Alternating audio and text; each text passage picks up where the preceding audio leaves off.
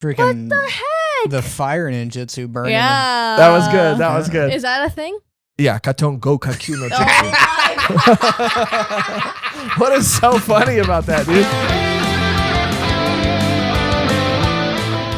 Hello and welcome to another episode of Volume 1, the anime and manga podcast where we review the first volume of a brand new manga each week. And Christmas came early for me, baby. Today we're talking about Naruto, which means that my name is Josh, the Hokage Michael. Damn it. And today, as always, I Dang am it. joined by... Mehgan Uzumaki Perrine. Cody Ramen Decker. Solid, Thank you. Solid. Thank you, guys, for being here on this very joyous occasion. You'll be watching this after Christmas, but we are recording this pre-Christmas, so Christmas came a little early for old Joshy boy. This is a series that is near and dear to my heart. Naruto, of course, taking it all the way back to Volume 1, taking it all the way back to where it began. If you're a viewer or listener or watcher of this channel, then you know how I feel. You know how influential, impactful, how much it changed the course of my entire life.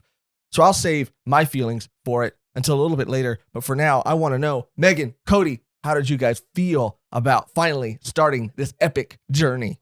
Well, I wouldn't say finally, but I would say it was not nearly as bad as I was expecting. Thank you. dude. To the point where I'm like, oh yeah, a lot of things have just ripped this off, and it does it way better than those ripoffs. Thank you, dude. Thank you. The art style was also way more impressive than I expected. Mhm. The only thing is, like, the way you sold the character to me is different, but I'm like, I don't know if that's just in the anime he's portrayed differently. Mhm. But like, he wasn't nearly as annoying.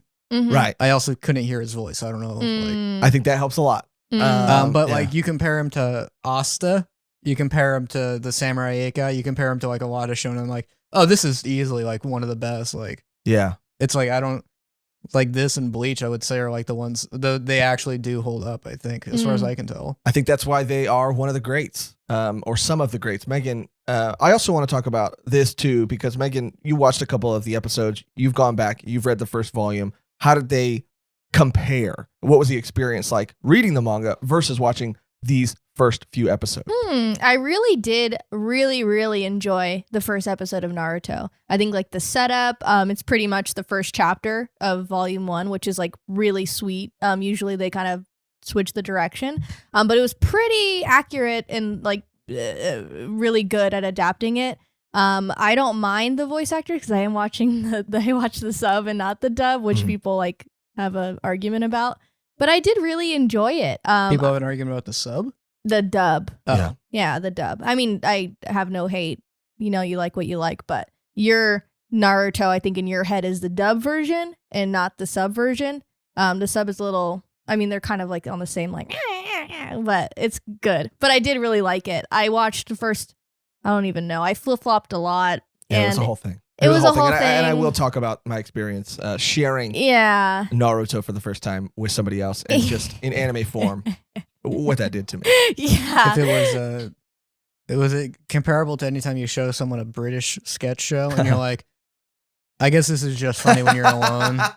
Well, it is crazy because I did watch all of Naruto, most of Naruto alone by myself. And you know, I have brothers who have went on to watch it, and one brother who's gone on to probably like it even more than me, which says a lot. I mean, he spent hundreds of dollars on $300, $400 figures from Naruto. So even though we share that, we've never watched it together. We've watched some of the movies together and stuff, but I had never sat someone down and taken them all the way back to the very beginning. And it, I do agree. It has one of the best first episodes ever. It holds up. It's so good. It's so well paced. The stakes, the characters, the world, everything, the emotions in the first episode are beautiful and amazing.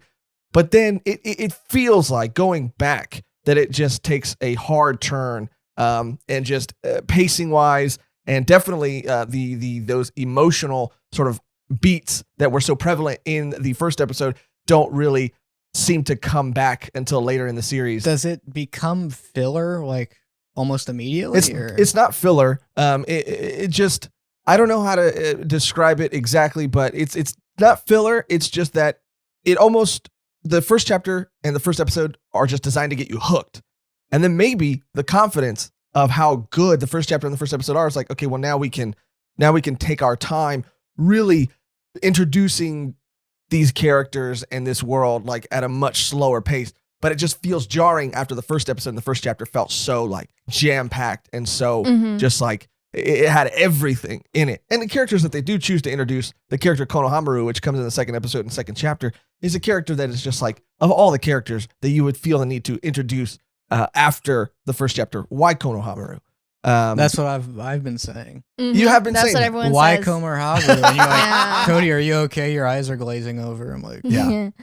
And it does warm my heart a little bit, Cody. It's a Christmas miracle. I'm glad that you enjoyed it a little bit more than you thought. well, okay, a little bit more than I get. Like it's like okay, like doctors, like all these things. I'm like, oh, this is easily better. It's just the only thing I'm like the of him being an outcast.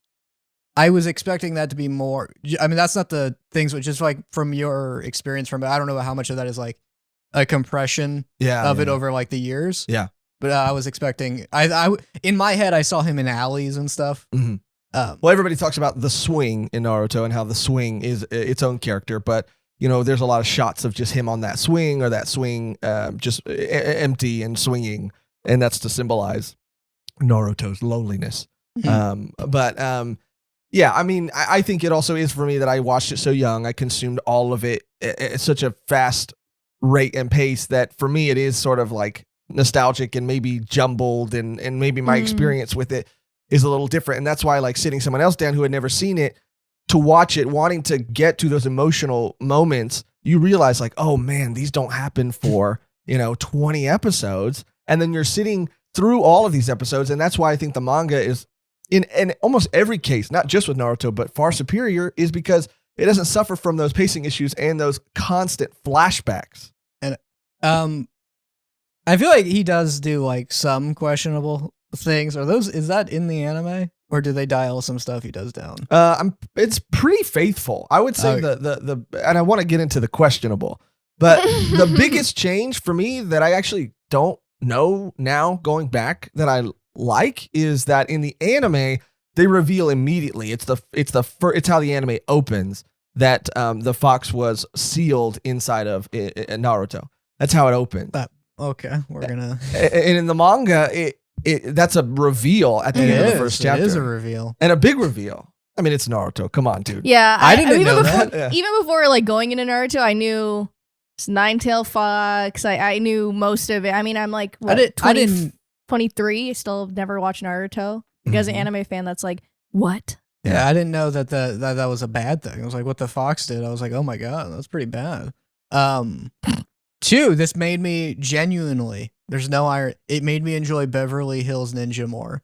Why? Beverly Hills Ninja is very close to the story of Naruto. Whoa. Naruto. I'm sorry, but I was reading it. I'm like, I'm gonna watch Beverly Hills Ninja after this, and I'm gonna enjoy it from this perspective now. Beverly Hills Ninja with Chris Farley? Is that a Chris Farley movie? Yes. Yeah. It's very similar. He has a dark-haired brother that's like the best ninja. He wants to be the best ninja. When did it come out?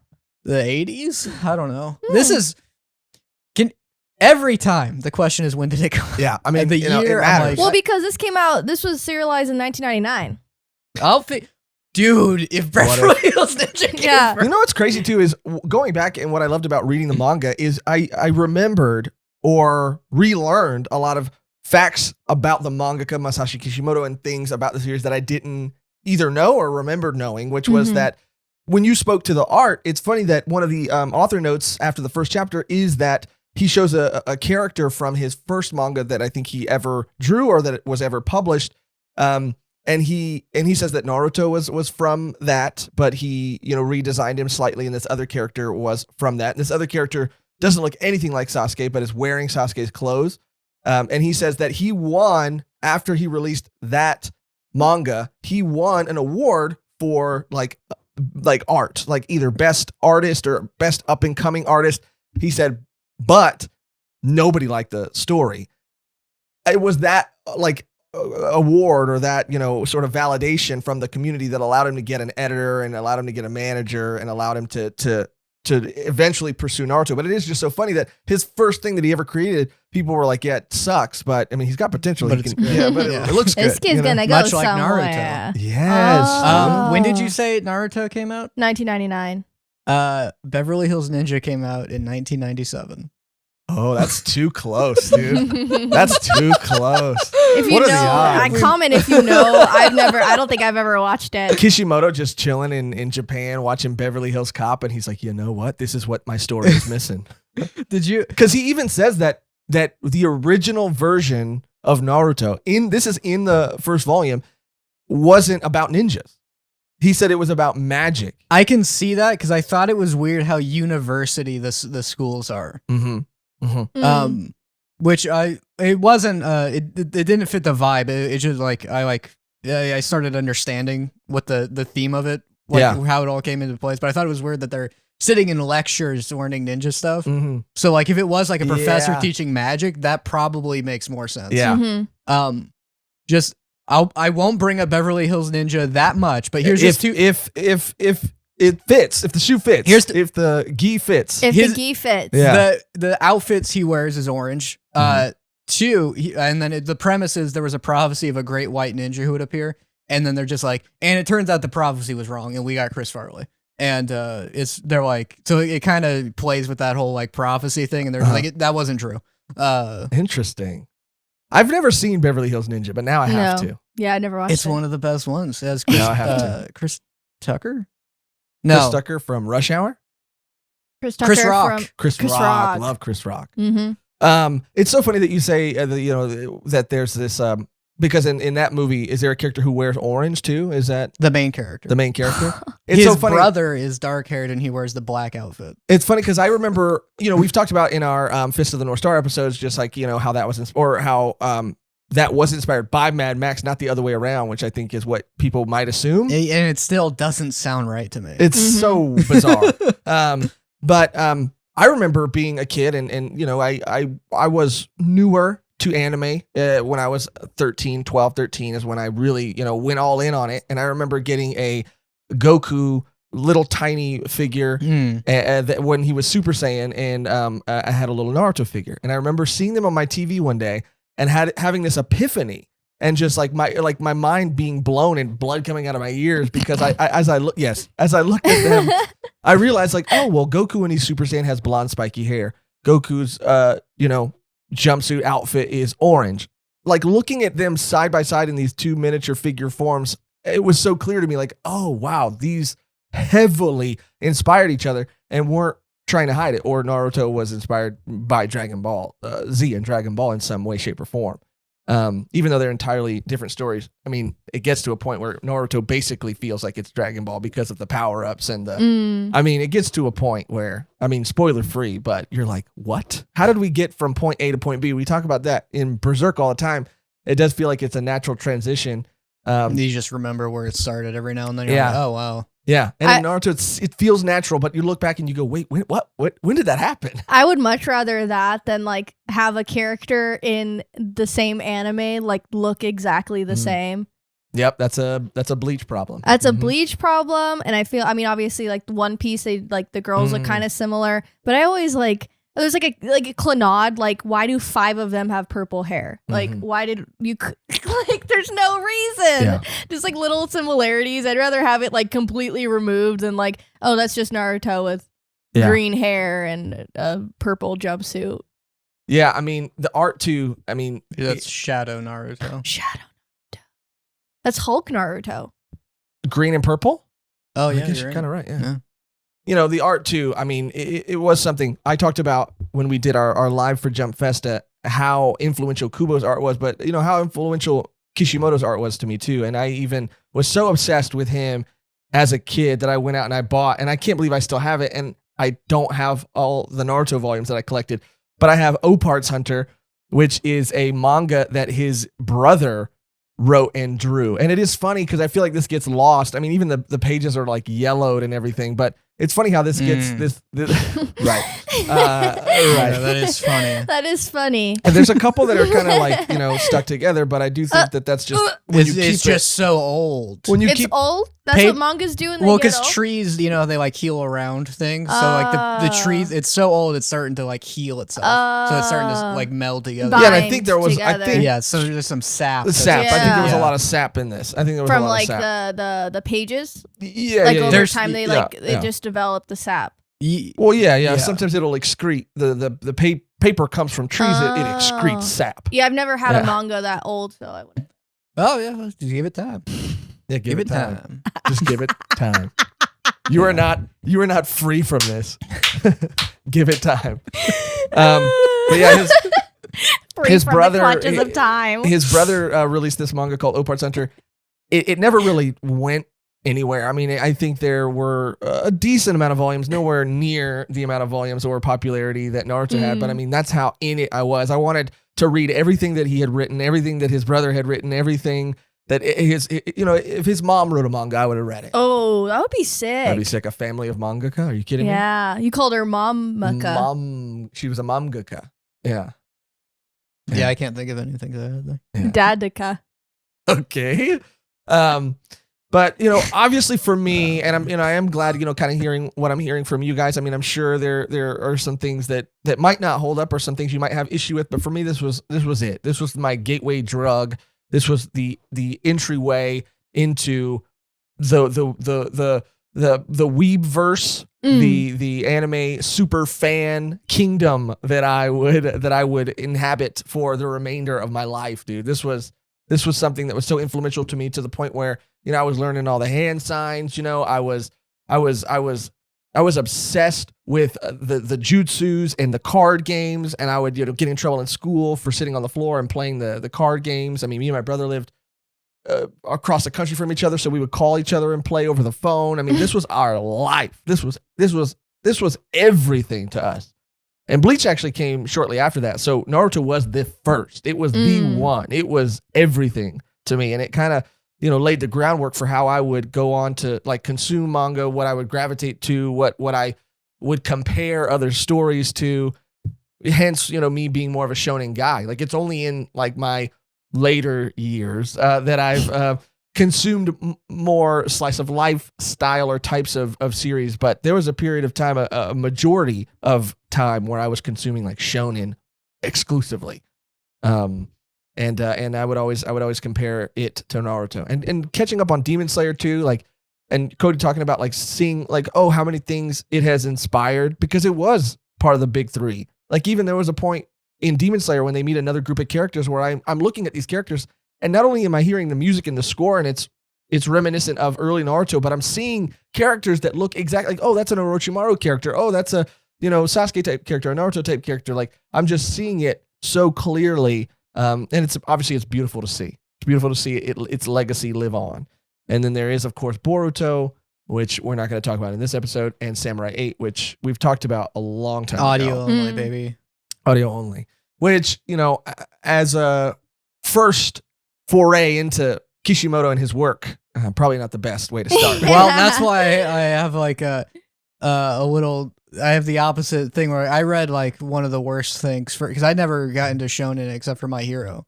And I probably wouldn't have enjoyed My Hero as much if I knew that it was doing a lot of things that, like, if it was following a story beat. Right. But for me, it was like, oh, well, I've never seen a story like this. And I'm like, oh, it turns out there's a lot. But so like now I'm like, oh, this is much better than Samurai 8. This is much better than Dr. Stone. Yeah. I don't know what, and I heard stories of Samurai 8. We read the first volume. We talked about it. And you said you were going to read the whole thing. Remember? Yeah, I still am. And I want to read Boruto, dude. Look, we got a comment on another video that said, someone said like, oh yeah, Josh likes to shit on things that he hasn't even read or watched. And first of all, I've watched multiple episodes of Boruto. That's not enough. You have to watch the whole first season. I watched the first movie, which I thought was actually great and awesome and beautiful and amazing. And I've read a couple chapters. My brother, like I said, loves Naruto. He's continued on to Boruto. He always updates me, tells me what's going on. There was a powerful moment recently that happened, and I watched that episode, read that chapter. So, you like to talk shit about people that you don't even know everything about. How about that? Yeah, no, those comments, they'll get to you, man. Yeah, you gotta rewire your brain around it. You really do. You really do. You really do. But it's going to be hard to take it all the way back to the very beginning. It's going to be hard, knowing where the story goes and how many things happen. And I will say, I do not like that the goggles didn't stay. I love the goggles. Those were great. The goggles looked cool. Yeah. Did you guys read that author's note about the goggles? And I was like, yeah, they're just too hard to draw. I remember you telling me that. Yeah. Yeah, I was at the end and I was like, it's okay. No, yeah. I mean, it's okay. It's a lot of work. They probably would have made more sense if it was going to be a magic, pure magic instead of ninjutsu or whatever. Mm-hmm. Well, and seeing where the story goes. I mean, at some point you're like, this is just freaking magic, dude. What's happening? But do it making shadow clones. I'm like, well, that's not ninja stuff. I don't know. Which, by the way, in Beverly Hills Ninja, they have magic abilities, and they have astral projection and stuff. So, are there shadow clones in Beverly Hills Ninja? No. Doppelgangers? No. That would have gave it away. That would have been the nail in the coffin. It would have been. So, like I said, it's going to be hard to go all the way back. It's going to be hard. But yeah, I'm reading Naruto's voice and Chris Farley's voice now. Oh, interesting. Very interesting. I don't think that sentence has ever been spoke Never. on this earth. I really don't think so. Yeah, I don't think so. I can't do a Chris Farley impression, but imagine him yelling, I'm gonna be the Hokage. Yeah, dude, you should get an award for that. For thinking and saying out loud a sentence that has never been said. That's never been said. It's really philosophical. Yeah. We're gonna go back. We're gonna to where it all began. Especially because it's a nostalgic time right now in the anime and manga. I feel like community, especially with Bleach coming back for its final arc. And so why not, go back to where it all began at least for me, and talk about it with my two friends who have no idea what lies ahead of them. I heard it gets dramatic, and I kind of do regret consuming it the way I did. I wish I could just Thanos snap and go back and not have watched what I did without understanding any gravity to anything emotionally or anything really. But I want to hunker down and really. I mean, I'm not super hard on filler stuff because it's I like slice of life. Why wouldn't I like them just messing around? So I want to watch all of it and consume it the right way, not the way I did, because the way I did was not good. Well, yeah, and we got to go into that real quick. Just to go into that, look, like I said, my brother, diehard fan, and I'm a diehard fan. My brother had shown his girlfriend Naruto. She became a diehard fan. We all decided to watch it together, and once you realize how far away those emotional beats and moments are, you just want to get to them as fast as possible. So they, more than me, I was against it. And I need that to be on the record. We're like, oh, this episode's not important. Let's just skip this episode. Or all you need to know about this guy is that he's a crybaby, and then, he misses his dad, and, nobody likes him. So then we'll skip these 4 episodes.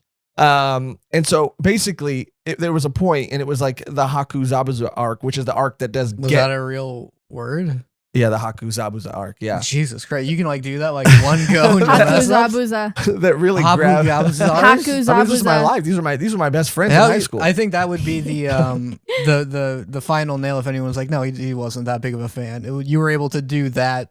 I didn't even think that was impressive. No, that's hard. I can't even imagine. I can't even think it without my mind getting confused. And it's a beautiful arc too, and it does get emotional. The what? The Haku Zabuza arc. That's crazy. That you just do that. But it's so by the time we got there, you realize the error of your ways in the moment when you're watching this emotional thing happen. That when you watched it brought you to tears. But because you've seen none of the build up to it, because you've experienced none of the journey, you're watching someone, it just wash over them and just be this means nothing to me. And then you really realize oh wow, we fucked up. And it, and again, I was against it. I was against it, but I was outnumbered. Yeah. Did you say my vote is to just watch each episode? Yeah. I said, I don't think we should do this, guys. I don't think we should do this. What did Mehgan vote? And they said, shut up. And then they slapped him in the face. Mehgan, what did you vote? Well, I don't know anything about it. I've heard there's a lot of filler. I was just like, okay. So you voted to skip.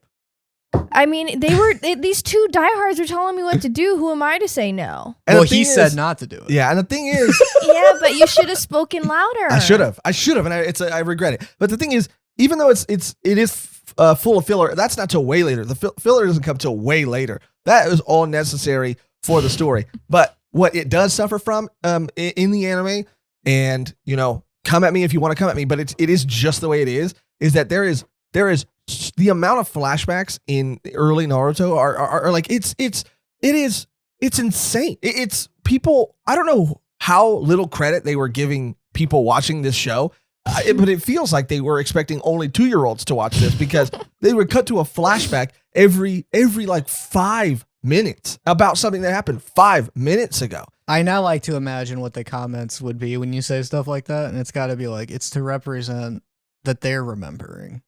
Yeah, and I'm sure there's someone out there defending it or saying like it was necessary, it wasn't even that I guess bad, Josh doesn't like flashbacks. It's a useful story. That's all he said. Yeah, flashbacks, blah, blah, blah. Like, but it is just too much. So we're trying to get through this thing, trying to get to this emotional moment, and it's like, oh, flashback. And it's, I don't know, I mean, maybe because that was before a culture, like that was before binging, I think, was prevalent. Yeah, shows used to be edited around commercials happening. Mm-hmm. Yeah, edited around commercials happening, and with the expectation that the viewer was only going to watch it 1 week. You need to remind them because they have to catch up, and these are children, so you need to remind them more. Mm-hmm. And now with binging, they're like, okay, well, people are probably watching 100 episodes in a row, so we don't need to flashback. That's where the trend started becoming, making references to things that happened in the previous episodes. Because now it's like, oh, I saw that last episode, 10 minutes ago. Mm-hmm. Yeah, exactly. Yeah, even I noticed it before, like, it was, like, brought to my attention. I was like, he just did that. And the only thing I will say is someone might kill me for this, but what is it called? Shadow ninjutsu to the shadow realm, or what is it called? No. The art of substitution. Right. It's too much. The art of substitution. Oh my God. It's too much. It's like they're having a fight, right? Uh-huh. And it's like, oh, he landed a hit on him. Oh, no, he just used the art of substitution again. Oh, he landed a crazy. Oh, he just used the art of is that the I have the golden shield? No. Well, you saw it in the playgrounds. In the fight of in the fight that happens towards the end of this first volume, when they're trying to get the bells from Kakashi, when Sasuke is explaining it and how Kakashi was able to swap himself out for like a Naruto clone, and they explain it with that log. Oh yeah. Yeah. What ends up happening is that, like, before I think they really figured out the fight system, or I don't know. It feels like this is something that is heavily relied on for a long time, to the point where you, even as a viewer and a watcher or reader, are looking at it and going like, okay, well, now I don't believe anybody is getting hit by anything because it's going to be revealed that it's a log. Or, it's crazy the amount of times. The Doombot, yeah. It's crazy the amount of times they used it in a fight, specifically with that one water guy. Zabuza. Like, I was like, there's no point. Like, what am I, like, the stakes, like, it just felt like way too much for me. Hopefully, I mean, you say that they kind of figured that out later, but it's just like, it's a lot of substitution and a lot of clone jutsu. Yeah, well, the one a lot of that. I thought it kind of just, especially with, it's like, oh, he can barely do one, and then it kind of just like, and now, like, here's everything. Like, oh, I thought we were going to work our way to that. Well, the thing with Naruto is that he gets that excuse, though. Well, no, I will say this, that he does do, he's known for having really, truly, over the course of the entire series, he's known for having really just 2 main attacks. And one of them is the Shadow Clone Jutsu. I mean, that is something that he, uses forever. That was another cool thing, because it's like when Doctor Strange, that Infinity War fight, everyone's like, oh, it's a Naruto thing. I'm like, okay. But now I'm like, oh, yeah, it was. So it's just another thing anytime I'm like, I get it, the reference now. And in the anime, when, I guess I get asked this when we get there. Yeah, we should probably get started. Yeah, we'll get to it, dude. It opens up. Again, all the way back. The difference between the anime and the manga is that in the manga... Did you open up the... Yeah, I did, because I'm different inspired. Manga to... I'm inspired. Here, I'll move it out of the way. Don't you have Naruto or something? No. I had all of them, and then when I was younger, and when I was in my disease, I came up on hard times, and I sold all of them. 4. For at the time, what I thought was Ramen. the elixir of life. Ramen. Ramen, yes. Ramen. Yes. So I'm trying to build my collection back up. I'm trying to build my Bleach collection back up too. Sold a lot. I mean, it's tragic, but that's a very funny scene to see as you at a pawn shop being like, how much for all for 17 volumes of Naruto? How much did you get? I mean, the sad thing is, all I needed was enough for a pint. And that would have been crazy to just like show me with boxes walking in and then walking out with one small pint of alcohol, of whiskey. Yeah, they exchange your pawn shop exchange. At a bar. Yeah. Yeah. And just thinking to myself, this is enough. This is all. You actually got a lot of money, but they sold you like an antique bottle of like old ass beer, and they're like, "This is the same amount," and you were like, "I'll take it." Like it was like hundreds of dollars, and you're like, "I'll just take it." And I drank it in my car. Yeah. In the parking lot before I left. Yeah, your life was really taking an Uzumaki. I was spiraling. Yeah. Yeah. The difference between the manga and the anime, which I think there's actually a really great poetry to that of a character named Spiraling, and you spiraled. Well, I think he's named Uzumaki Naruto after the little spiral thing in the ramen. Fish cakes. Fish cakes. So he's not spirals, he's fish cakes. Yeah. Mm-hmm. Interesting. Mm-hmm. Fish cakes. Those are good. That'd be a good nickname to give to someone you kind of don't like. Fish cakes. Fish cakes. Because it's like, is that an insult? That's a cute cat name. Fish cake? Oh. Or cake. I mean, just cake. I like just cake. Buttercream. I love cake. We know you like this cake, dude. Yeah. Oh, thank you for that. Thank you. Yeah, for that I reveal. love cake. I'm probably going to have cake after this. Now, what's Naruto? So in the manga, it starts off with just the legend of this village and sort of... Which I was really surprised by. What do you mean? Well, because it opened on and like the art was really good, and it opens on like a very like interesting like hook. Yeah. Well, taking my breath away, dude. I know, you're like getting Josh riled up right now. He's getting all hot. Yeah. I was really surprised. I thought it was gonna open with like dinner's ready, and then the guy's like, Yeah, that would be an interesting like segment. What you expected, how you walk me through the first chapter in your mind. When you're like, what did you guys expect? I'm like, well, I'm not going to tell my expected. Because I had this whole story already in my head of he was going to be like, I'm going to do it. And like, you can't be the Hokage, Naruto. Yeah. You're the Hokage list. He's like, you can't be the Hokage. And then he's like, are you sure, Riken? Okay. Okay. That would have been good. Yeah, and then I'm like, this is exactly what I thought was going to happen. This is it. Well, it doesn't start like that, dude. It starts with the legend of the fourth Hokage, okay? And the fourth Hokage being this, obviously the Hokage being, and someone gave me shit for calling him a glorified mayor. They're not. It was just a funny way of saying. You can't do that. You can't have fun be when you talk about shows. Yeah, I know. There's nothing more serious. And that's my bad. I should have known. It's just because there is paperwork and stuff involved, and it is a government title. So I thought, paperwork. Yeah. Paper. When you mention paperwork, it's like, I don't. Too much. Yeah. Who wants to do that? No one. Yeah, and I think even Naruto is not fully aware of how much paperwork. No, he's not ready. But there was this nine-tailed fox spirit that terrorized the village, was killing everybody. The fourth Hokage, the most powerful ninja in the village, was able to seal that beast away. And in the manga, they don't reveal how or where or with what. They just say that he was able to seal the beast away, and it caused him to lose his life, which is why we're left with the third Hokage, who is actually, the fourth Hokage died. So the third one gets the job back? So the third one is just like comes back for a little while till they can find a fifth. Which they do, dude. And it's crazy. Yeah, so that's sort of our introduction to the series. I think it's a great way to start it. And then it cuts to Naruto, who, we see graffitiing basically the Mount Rushmore of Konoha. Very Bart Simpson. Oh, yeah. He's definitely a scamp. Yeah. Now, is this part of the questionable behavior? No, there's a Revenge of the Nerds type scenario later. But that questionable behavior. The opening to Naruto was... Am I saying that right? Yeah, Naruto, yeah. Okay. Yeah. Of him like graffitiing the thing, because I'm like, this is not the manga's fault. This is your fault. I was expecting the opening to be like, because I got like a very dramatic opening, but the opening to his character was going to be the loner aspect not him being annoying. Right. Which in universe he's also annoying, but like it's not as annoying as I find a lot of shonen protagonists. Right. What do you think is different about it?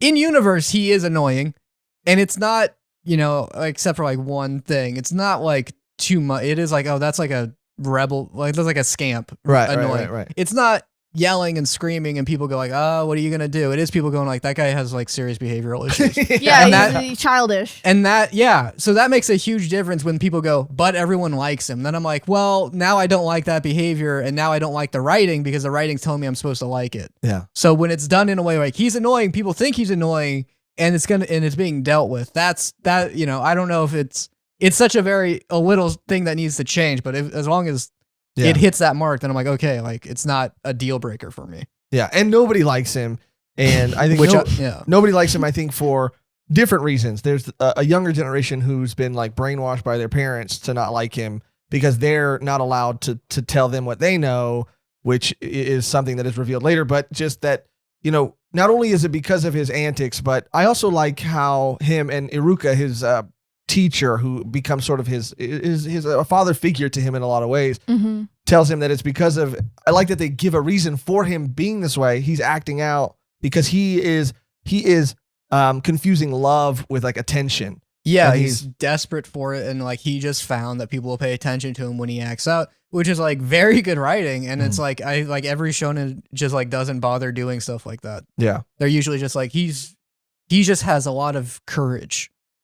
yeah, he's just strong, and he's strong-willed, and he's free-spirited, and he never gives up. And like, I mean, it's like for me, it kind of does fit this, but it's kind of like this is like the deconstruction a lot, where you have like realistic consequences, which is what I like in the story. And it's like this is like one of the first ones, and like all the copies are the ones that remove the depth of the. Yeah, and I don't know why. I mean, you think that they'd build off what came before it. Yeah, and the fact that they open with like. He has behavioral things. This is why he is this way. This is what it didn't feel inorganic too. It was like, so yeah. I was caught off guard by how much I didn't hate those. I mean, that's music to my ears. It not only does it have a reason, does Naruto have a reason for being this way, but I do really think that this first chapter is so strong, complete. Like it feels like a complete like story. That's why I really, really like the first episode, because it's just literally on animated. Yeah, it's great. You know, outside of like the only issue is like, well, like it is like, well, when I was a kid, I probably would have actually found this funny. There's shown where like I would not have found this funny when I was a kid, but in this, I'm like, yeah, that probably would have gotten me. Yeah. And another thing too is what makes the episode so good too. Upon rewatch, even recently as an adult, is, you know, with the score, with the music, with everything behind it, a lot of those emotional beats are just like elevated, and you're like, wow, this is like so sad. And I found myself getting emotional, not just because of how nostalgic it was, but like because of how much it held up, and I was really surprised by that. But anyway, we find out that that Naruto is, you know, a delinquent of sorts, and he's doing all these things to get attention. He's also at the bottom of his class, and they're having an exam to be basically their ninja exam, and there are different levels to the ninja in that village. When you mentioned that it was going to be a magic system, it like makes, because that's where it felt a little. Like connections weren't being made because it felt disjointed. Is that the word? It's a word, and I'm thinking it might be what you mean. I don't know. Yeah, it's like we're gonna do a ninja exam. Like that just felt like off, and I was like, is it a ninja exam in a university class? Right. So like as a magic, like it makes sense if it was like. Well, I mean, you kind of have like that in like My Hero. Yeah, I don't like that in My Hero either. That they have the classrooms and stuff. Well, and the structure of the classrooms, and it's like, well, when you're like, why did the sticky ball guy get in the top class, and then the guy who can like, you know, kill people instantly is in like the third best school in the world? Well, I guess what you're saying is that like, while it might be important for them to learn and to know things, and maybe even to get just a normal high school education, it just doesn't seem like, and that's more speaking to My Hero than it is to Naruto, because I don't think in Naruto that world is not as similar, I don't think, or as it's not as current. Naruto seems like it takes place in a village in the past, whereas My Hero seems like it takes place in a city. Yeah, they have to know algebra and shit. Whereas Naruto, but I think what you're saying is that they should be learning in the field, right? They should be doing more field stuff. I don't know. It just seems, it's not like an issue. It's just, it was a weird thing that I had to like adjust to in my head, where it's like they're learning like these ninja tricks, and it's not like a dojo. It's like a college university setup. Yeah. So it's like it just feels weird. And then now that I know it was like a magic, I'm like, oh, that makes more sense than that. So now I'm like, my head's like kind of like, oh, that's where that was supposed to be, and that's where that was gonna be. Yeah. Well, I just want to get to the Chunin exams. That's where it pops off. I heard that's where it pops off, and that's where you get more of the like, okay, this is what ninjas would actually be doing to have get different rankings and stuff. Yeah, right? it does feel like that's where the story really does find its footing and find its strengths. Like it's good up until that point, but that's when it really locks in and finally feels like it understands what it is and like kind of starts really. It's kind of like Class A, Class B. It is a Class A, Class B. Yeah, exactly. Like Classic. Classic. It's a classic. Class B class. It's a classic. It's a classic. I guess I would have But Iruka Sensei is leading this class, and he's telling them that in order to pass, they need to produce at least 2 or 1 clone that looks like him. Which all of them are able to do, except Naruto. He's not even able to produce 1, and the one he does produce doesn't look like Iruka. It's like falling over. It's like curled up. And so he fails. In Beverly Hills Ninja. Oh God, there's this exact scene. One of the final exams is you need to prove that you can astral project, and then everyone does it except for Chris Farley, who's like floating off in the background and stuff. And I was like, oh my God, this might have some credence to it, dude. I don't know. We have to look it up after. Anyone who's made this connection. It's just making more and more sense the more I think about it. The best live action adaptation of any manga. It might be, but it predates Naruto, so who knows? But probably even more so because it takes a while to make a movie, you know. That's true. That's to true. get through the writing process and get through everything, to get it greenlit, to get it cast. Yeah. So maybe even more. Okay. Ever think about that? I have never thought about any of this stuff until right now today. Oh, really? Yeah, neither have you. So freaking what the heck? The fire ninjutsu burning. Yeah, that was good. That was good. Is that a thing? Yeah, Katon Go Kakyu no Oh What is so funny about that, dude? Spitting fire. You guys asked me a question and I answered the question. It was like, oh, for sure, there's definitely probably one for you to like immediately name drop it because it's not one of the main powers that I'm aware of. It's one of Sasuke's. Sasuke uses it a lot. It's insane to me that like you have a hard time pronouncing some mangaka's name and you can just bust out this shit because like I would nothing. recite them.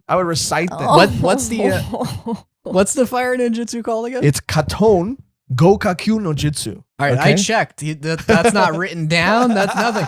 I can see him looking inside his mind and being like, oh, let me open up this drawer that I've had next to me. Yeah, you don't remember the hand stuff, huh? No, I don't remember all of them, but do you remember? Okay, so you know. I don't remember the order of all of them, but I remember. You don't remember the order? Dude, oh, you try to act like you didn't know all of them until you get softened up. Like I don't know the exact order. There's an order, and there's you know what I mean. I remember some. There's like one like this, one like this, one like this, and I've done this before. But so you just know 3 right off the bat. Well, I know more than that too, but I also do one more. Well, I mean, which ones did I do? I did this one. I did this one. Say them while you do them. I did this one. Yeah, say them while you do them. They're like, if you want to do Katon Go Kakyu no Jutsu, then you have to do like, you know, it's a series of hand signs to do that one jutsu, right? And then I think they're like, you know, whatever, rock or whatever, or some shit like that. You don't try to be like, or whatever. You know what it's called. Or like whatever. You know what it's called.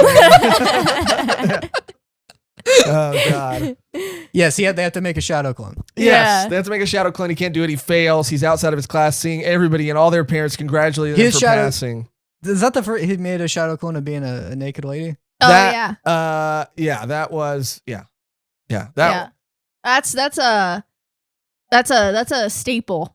I think if you know Naruto, you know that he can do that. Oh, that's a staple of Naruto specifically. Yeah. I mean, he does do that a lot. He does that a lot. Not a lot, but he does it a lot. Not a lot. He gets farther away from it. He does it 3 times in this volume. There was a time where like one character falls for it. I'm like, that's kind of weird. But then he makes like a bunch. And I'm like, all right, well now I kind of get it. Yeah, dude. And there was the Jutsu harem. The Hokage even has this like throwaway line where he's like, well, if there was that many around me, I'd probably fall for it too. And it's just like, okay, dude. The Hokage likes it way too much. He likes pretending like he doesn't like it, but he likes it. Yeah. Even in the anime, I was like, dude, it's a little sussy. Yeah. There was the 90s mangas would always have like a little sus stuff in the opening. Yeah. Like, can I see your underwear? And you're like, who talks like that? Yeah. It was for a demographic. Oh. Most definitely. Yeah. Yeah, they knew their audience. So everybody's outside being congratulated by their parents. Naruto's sitting on the swing, the infamous swing, watching everybody and their loved ones tell them how great they are. And he has nobody and no one. And there's a moment where he sits there and he's really sad and he's really depressed.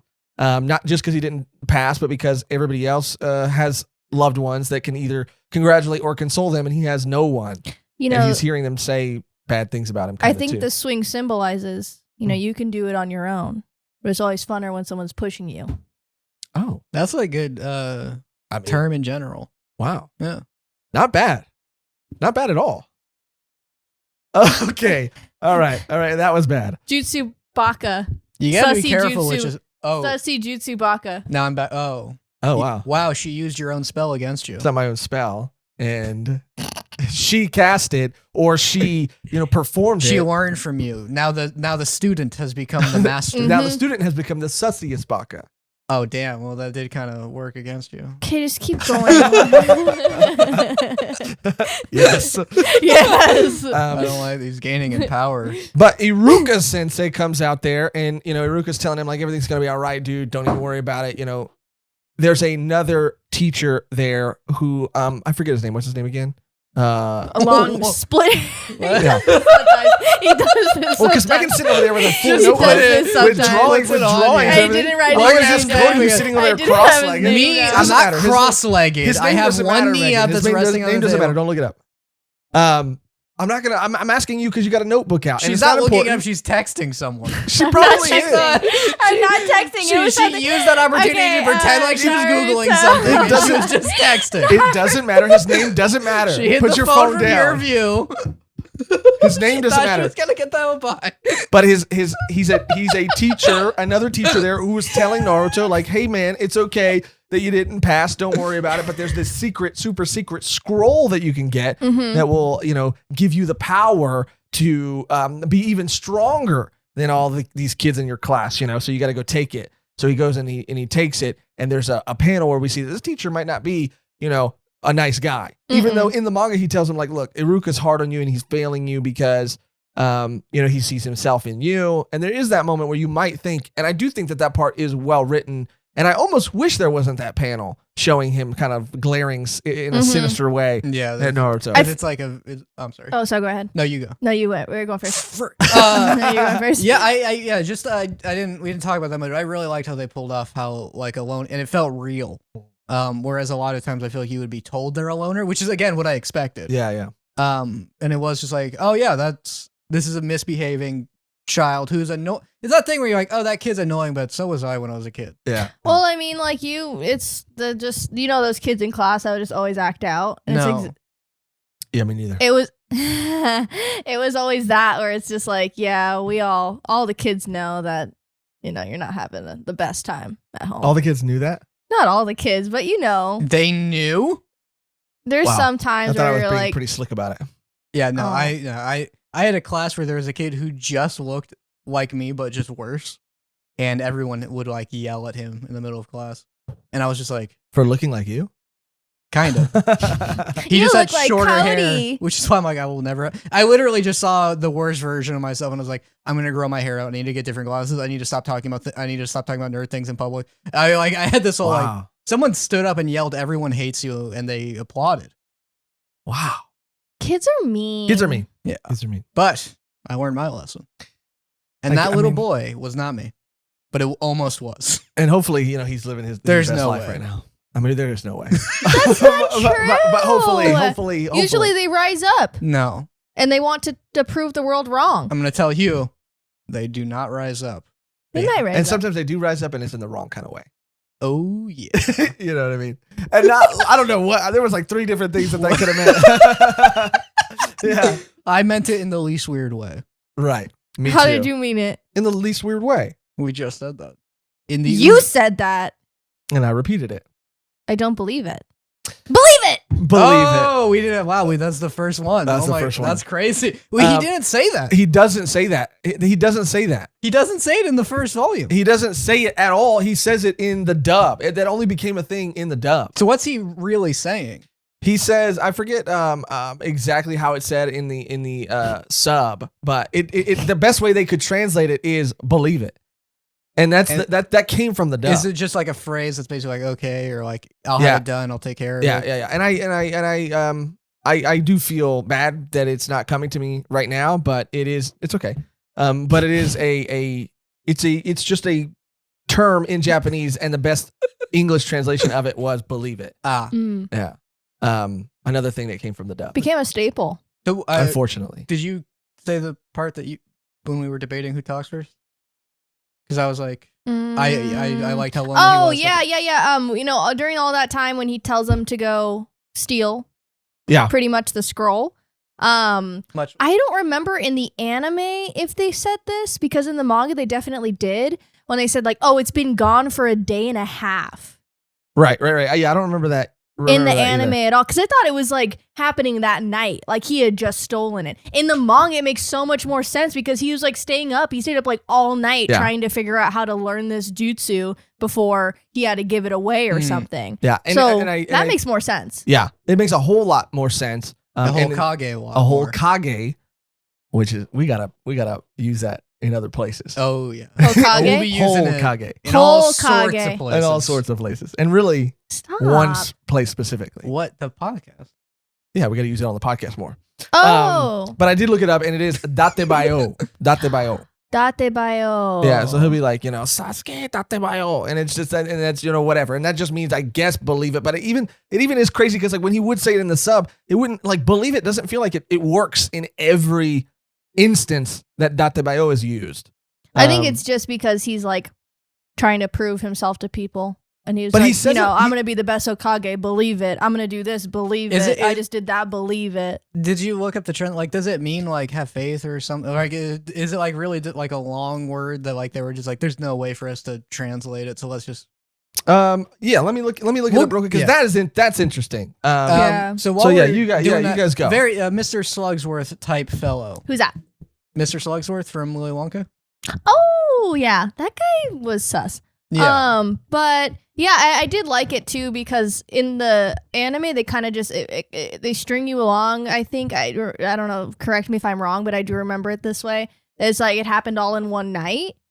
Versus like, oh, he's learning like this ancient technique. He would obviously need more time to like hone it and be able to do it. So it was stolen. It's been gone a day and a half. So he's been up the whole time trying to learn it. And the anime rushed. I'm pretty sure it was just like that night. They were like, it's gone. Go get it. The anime skipped the part that makes it a little more interesting that he has to like. But I could be wrong. I mean, I really don't remember that at all being mentioned. It just seems like the same night. I don't know. In the interim, I found out that datebayo, and this is kind of what I felt was going to be the case. Although it is translated as believe it in the English localization, hard word to say. Can't say English words. Can't say localization. Like nothing. But what's the fire ninjutsu? It's Katon go Kakyu no Jutsu. That's insane. Anyway, you speak English. Sometimes. In the English localization of the series, the actual phrase doesn't mean much of anything and simply serves to add flavor and a unique childish brashness to Naruto's dialogue. Wait, it doesn't mean anything? It's almost Is this Seinfeld? It's almost like a that was good. It's almost like a I don't know. It's like flavor. It's like a ramen season. Ramen powder. It's like cha-cha.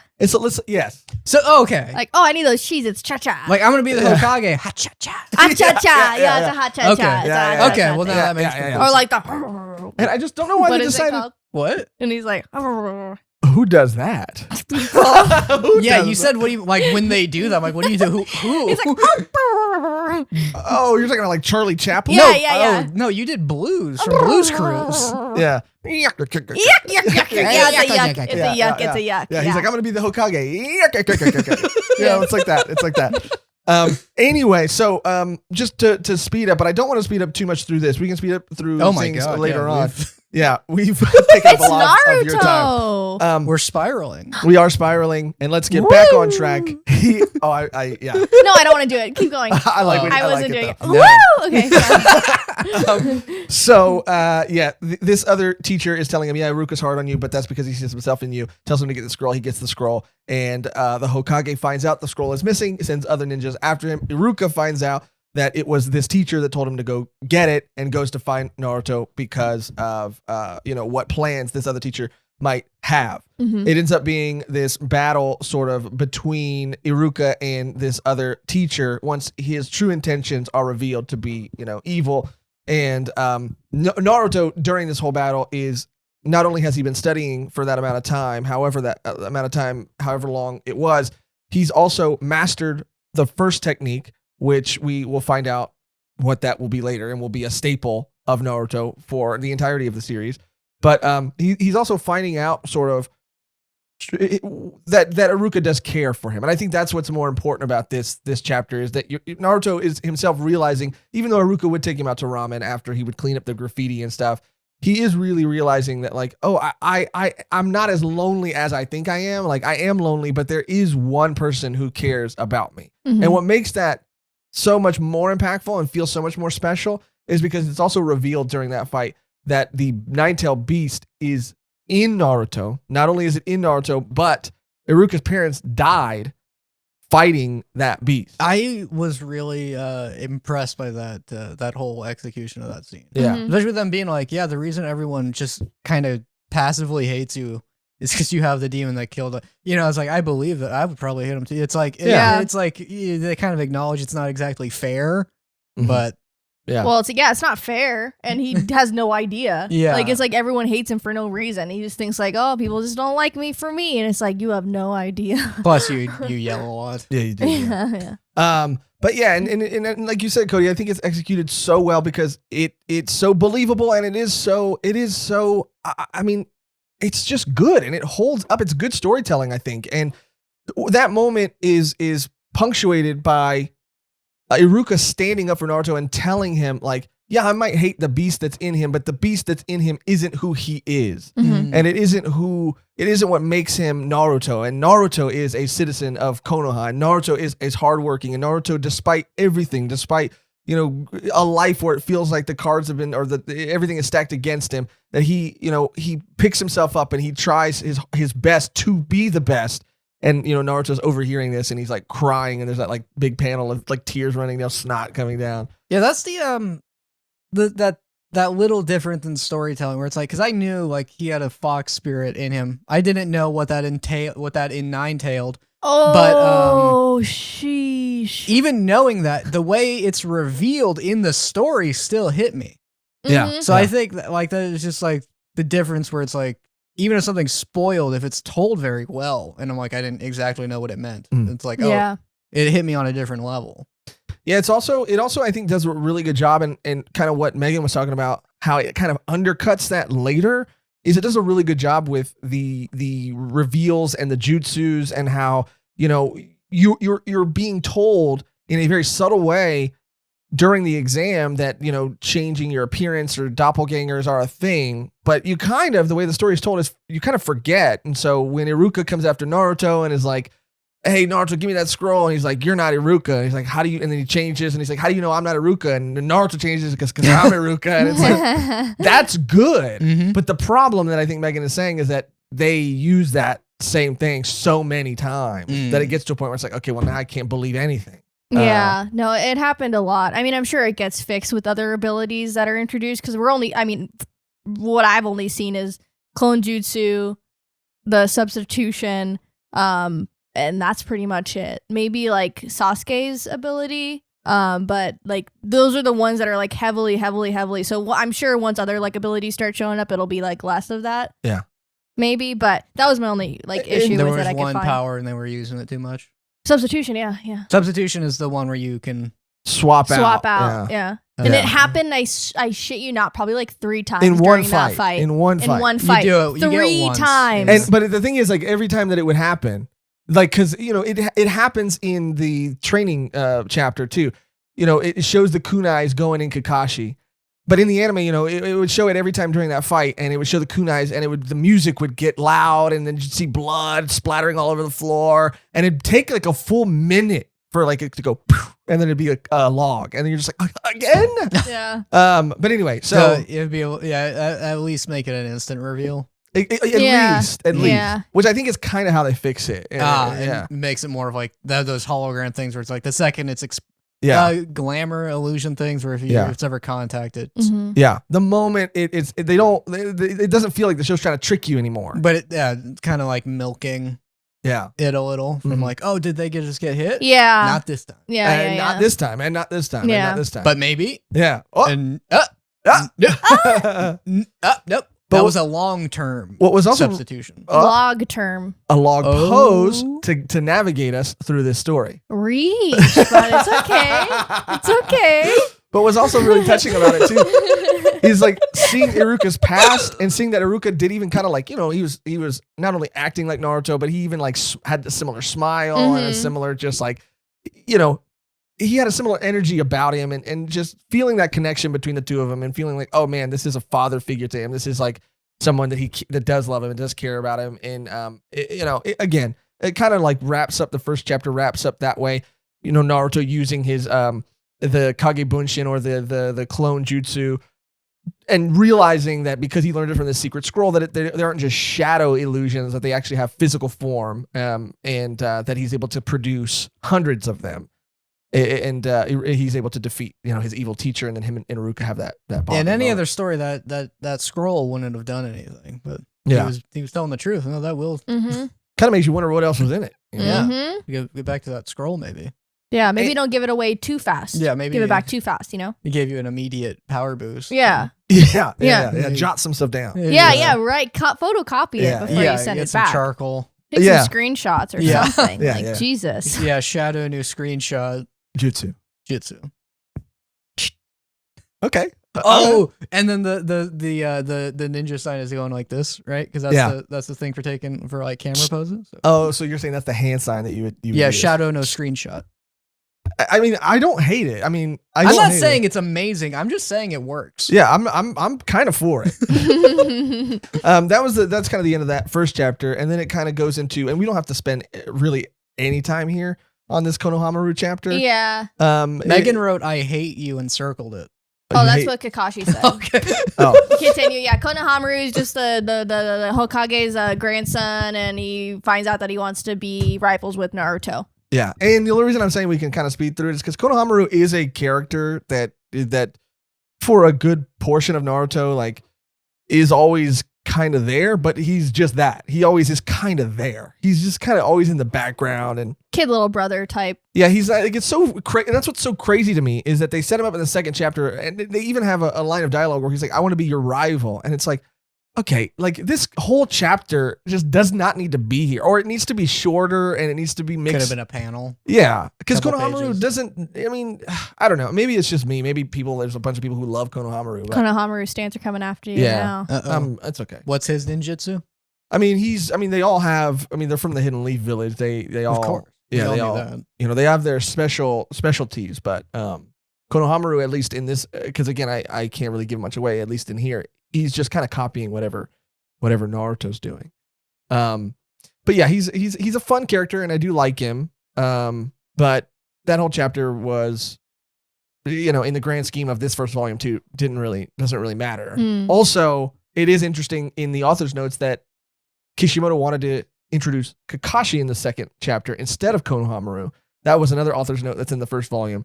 But he gave that draft to his editor, and his editor was like, "It's too soon.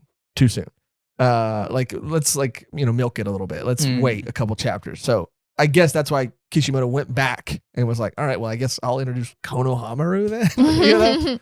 But anyway, then we meet Sakura, Sasuke, and we meet a few more characters, but really we don't really get a lot of background on them yet. And that really doesn't happen, I don't think, until the Chunin exams. But Sasuke and Sakura, we see that Sasuke's the bad boy. Sakura has a crush on Sasuke. Naruto hates Sasuke because everybody loves Sasuke.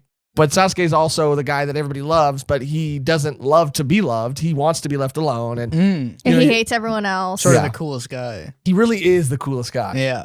I did like the visual gag where he's like, "What's so great about Sasuke?" And then so like it cuts to like a panel of just like Sasuke's face, and then it reveals that Naruto is like standing in front of him. Yeah. I thought that was just a solid comedy gag in general. It's a classic, like no, he's like just staring at him. Like yeah, that. And then they kiss. They kiss, which is I was like, okay, yeah, Naruto. Let's do it. The shippers are going wild. Yeah. And we find out that they have to be, now that they've all passed, have to be paired into groups of 3, and this is going to be very important. This carries over in for a long time in the series, meeting other teams and seeing their leaders and stuff like that. But it's Sasuke, Sakura, and Sasuke, and they get teamed up, and they're Sasuke, Naruto. What did I say? Sasuke, Sakura, Sasuke. Oh, I said Sasuke twice. Somebody has a favorite character. Triple S. I wouldn't say Sasuke is my favorite character, but who would you say? Shikamaru is my favorite character. Shikamaru Nara. Yeah. I don't know what that is. Yeah, he's a good. I don't know why I asked. Yeah, I don't know why you asked. Yeah, I was like, oh yeah. I know them. Yeah. It's to yes, them. It's to the point where I even I wrote my own fan fiction about Shikamaru. You've mentioned that, and you've mentioned being. I think you kind of skipped over being on like forums doing like the teleports behind you type texting. Yeah, you kind of. I don't know if you wanted that to sneak by, but I know these things. Yeah, I know, dude. And I just, the episode, I didn't know how long it was going to go. I didn't know if we needed to include it, but yeah, it's basically that. I made a fake MySpace profile for. Of course, it's fake. You're role playing. Yeah, I made a MySpace for my character, which was Shikamaru's brother. Did you have a bio and everything? Oh yeah, you have to. Oh my! Or they don't let you in. They don't let you in. And then so you friend other Naruto characters. I wasn't even going to bring it up. Isn't that interesting? You friend other Naruto characters, and then you just write to them via message. You say like, oh, his name is Suichi Naruto was the name. Do you remember your rivals back then? No, Suichi was the name that I made up that was Shikamaru's brother's name. That's not canon, but head canon, And then you would friend other people, and then you would just write like, Suichi Naruto, you hear the leaves crack under his feet as he approaches the forest, sensing something is off. Just as these senses reach him, a wisp of air flies by his face, a kunai from the trees. And then you have to wait. I bet that's not bad writing. No. Then you have to wait weeks or days for the other person to respond, and then they say like, their name, blah, blah, blah, catches the kunai between 2 fingers, blah, blah. And then you have to, and then you fight that way. You fight through writing that way. And that was my life. Yeah, was not even gonna mention that. That's cool. And I drew pictures of him and everything. It was cool. I wish I could find cool. That's why I wanted you to talk about. Thanks, dude. I mean, you got my back. But they're teamed up, and there's a whole chapter, and it is funny, and I think it is cool. For the sake of brevity and time, we can talk about it because I think this is the sussy part a little bit, but it isn't like super important. But I do want you to air your grievances because I think this is the National Lampoon Revenge of the Nerds style Also, the thing. only time I was like, anytime I thought I questioned the writing, where like Naruto like was able to tie up the top student. Oh, right. Like literally the only time I ever was like, yeah, for a gag too, kind of, because it would, again in the story, it is kind of like, why is this really important? Yeah. Now? Yeah. So for people who Naruto ties up Sasuke. Mm-hmm. Disguises himself as him so he can talk to his crush, the girl who has a crush on Sasuke, and starts making moves. And the only reason he doesn't go through with it is he gets diarrhea, which feels so out of place in the story. He had expired milk. I didn't think it wasn't funny. It's so out of place, so you're right. But I'm just like, what is going? Even rewatching the anime, because that happens in the anime too. I'm like, I completely forgot that this happened, because it is just, even in the anime too, you hear it, so it's like, and it's just, he just runs off to just blow up the nearest bathroom. And they keep cutting to him too, and they keep cutting him on the toilet. And he's like shitting his brains out on the toilet. Yeah. And I'm like, what is happening? That scene from Dumb and Dumber. Yeah, it'd be like if that scene happened like right after Jim Carrey gives like his dramatic speech about, I'm tired of being a nobody. Oh boy, I gotta go. You're like, what the fuck? Yeah, it was weird. It was so weird. I did like the moment between Sakura and Sasuke, like how she was like pretty much just talking shit on Naruto for like being an orphan, like not having a good upbringing. And like this is in the anime too, where I was like, oh, this is why people don't like Sakura. Like I just thought it was just because, I don't know, she just didn't really do much. But no, she's like actually not the best person. especially in early Naruto, she's a bitch. Like she's just so mean. Yeah, she's mean. Like she was so mean, and I was just like, okay. And Sasuke just goes when the real Sasuke shows up. He's like, "You're annoying." He's like, I can't. You make me sick. Although to be fair to her, she did think they were hitting it off, and he got nervous. So Naruto did still. He did. He was being. He did an extremely sus thing, and the only reason, the only reason he didn't is because he had massive diarrhea. Yeah, which is so crazy. Such an interesting. To say it out loud. Like, this is one of those influential and greatest manga of all time. What happens in chapter 3? The diarrhea chapter.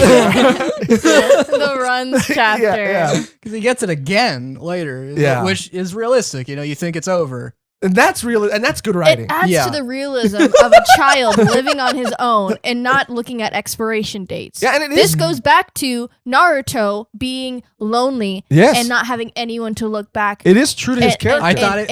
And watch over this child. I thought it was going to be a bit at first, but no, that I believe that's being typed right now. Yeah. Someone is typing that right now.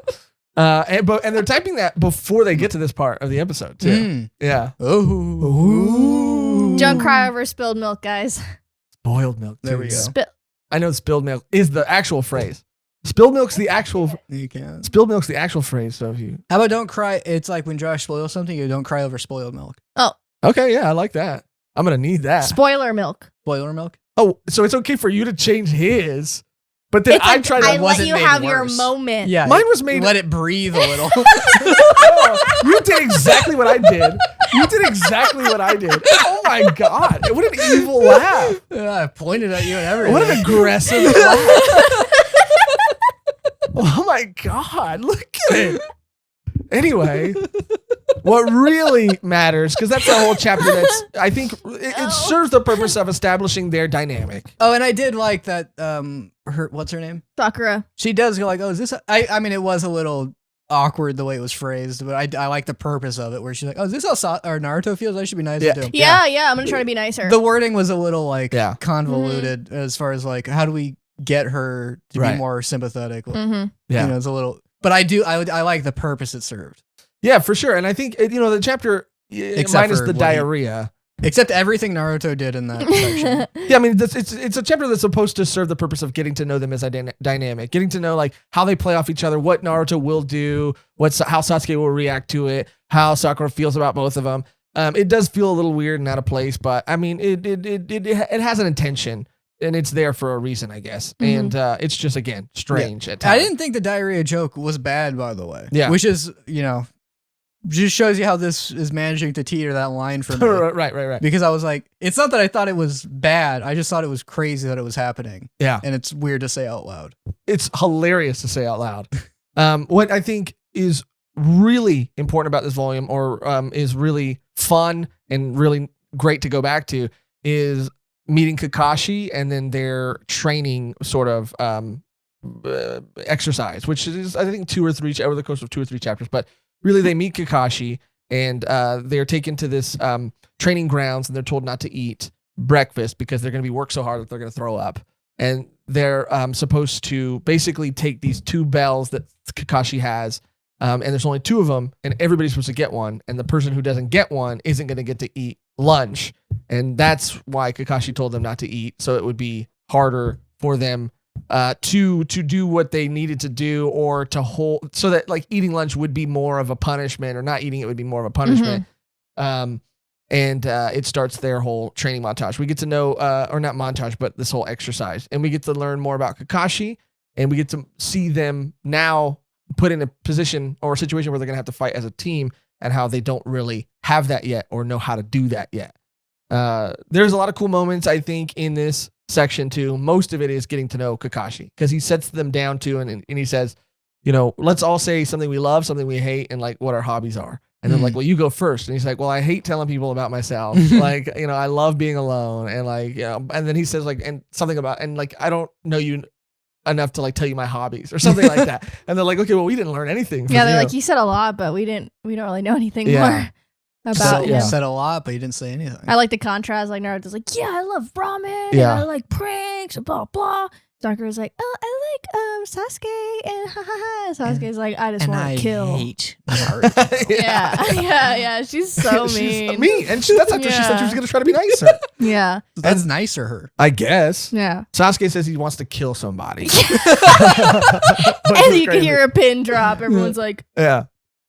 But With I mean, kindness. no. that is a mistranslation too. It's meant to be with kindness. Oh. And But it's- we don't have. It won't translate properly, Right. and Right. also it's almost lunchtime. Yeah.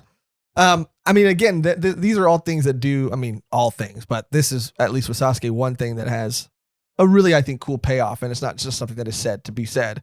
The exercise happens, and you see how they all sort of attack, and how Naruto is, brash, or he runs. He's headstrong. He'll run right into battle without really thinking about anything. But he's not afraid of anything. But he also just doesn't think about anything. How Sasuke is going to hide, and he is going to sort of assess everything, and how Sakura's just gonna, I don't know what she's gonna do. She's gonna hide too. She's gonna hide, but she's just gonna watch everybody else.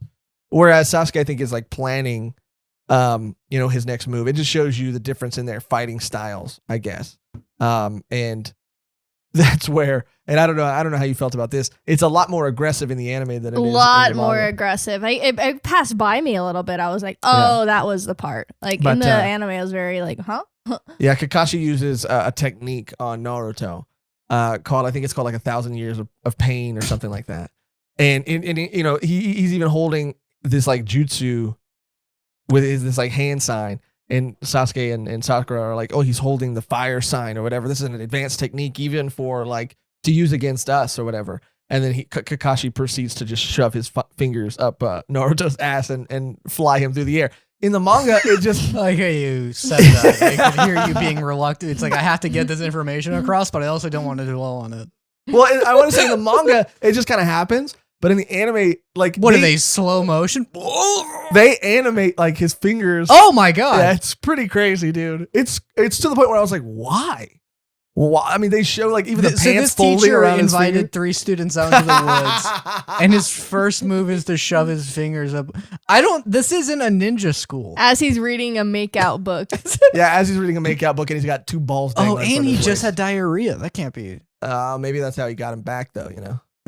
Yes. The repost. The Rhea. forethought. Repost. Rhea?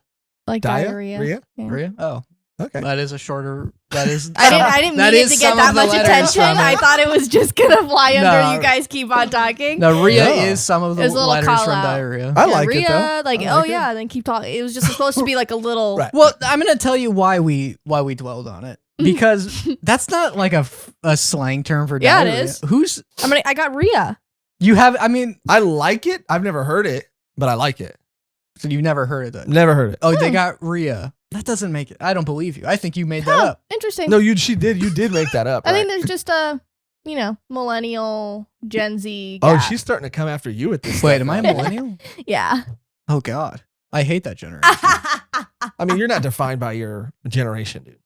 You're I don't give defined a by damn those about my glasses, dude. Whoa!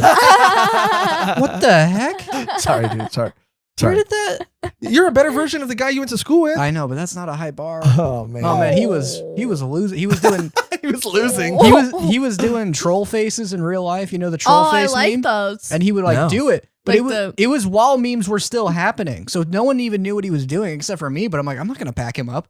Well, yeah, give me an example of one of these faces. The troll face of that huge smile. Yeah. He would just do that, and people were like, what? He just looked like a crazy person because people were still getting used to memes existing. Millennial. Feel bad. Maybe he was I'm ahead not of his, he was ahead of his time. Yeah, He was. he That's was the ahead of tragedy his of it. time. That guy'd be killing it now. He Yeah. would just be on TikTok. Yeah. Oh, you killing know what it. isn't crazy? He probably would be fucking murdering on TikTok right Yeah. now. Yeah.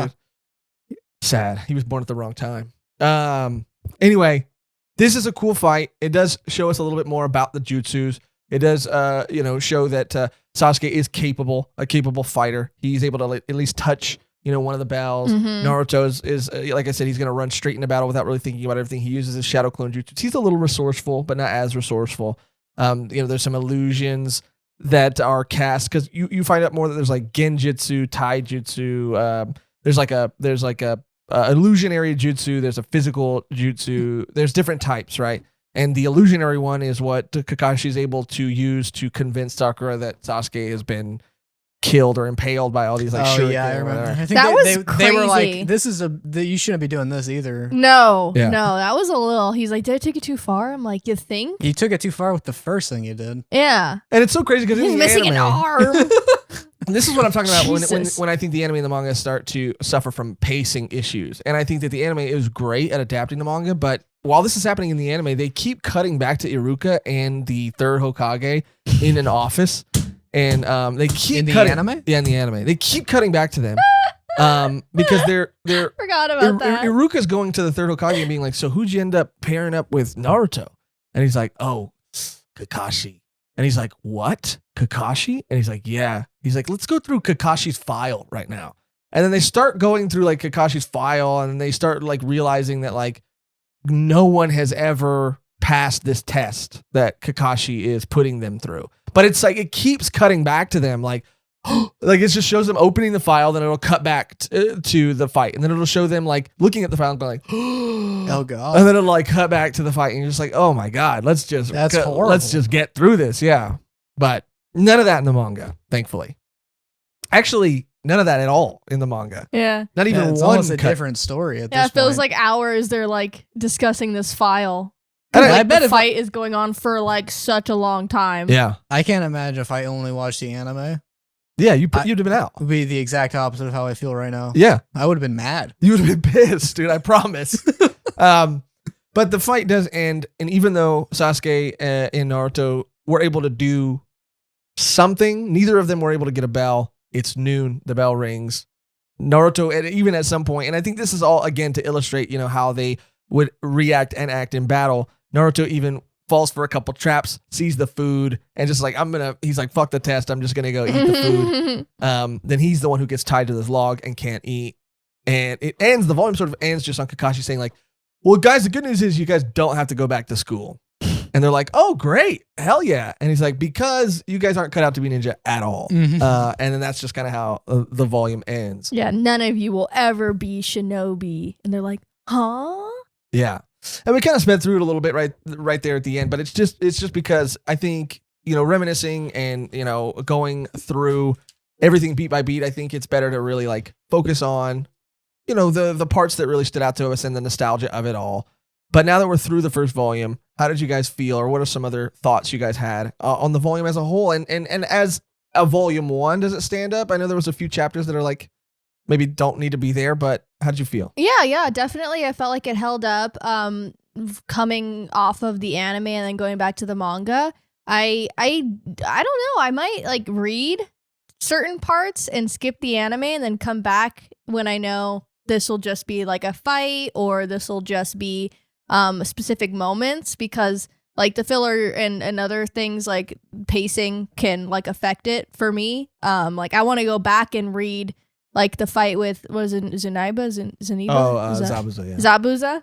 I want to read that fight instead of watching it. Like there's so many things I want to go back and look into versus like watching the anime again and then going through that whole arc again. Like reading it, I think would be faster. Yeah, before we get to Cody, and because I don't want to forget, Naruto you're speaking about the fights. Naruto, again, to this day, one of the most well-animated, has some of the most well-animated fight scenes ever. And not only are they so well-animated, but a lot of its story and its character, it's able to like just tell a story through fighting. Like they're not just fighting. Like the fights oftentimes will reveal things about the character, or are just told in a way that like you're getting information and you're getting. So it's like how fight scenes should be like executed well in any story. Yeah. So you're interested in it and you're like getting the story being told from the fight itself, and they're not just there to. Yeah.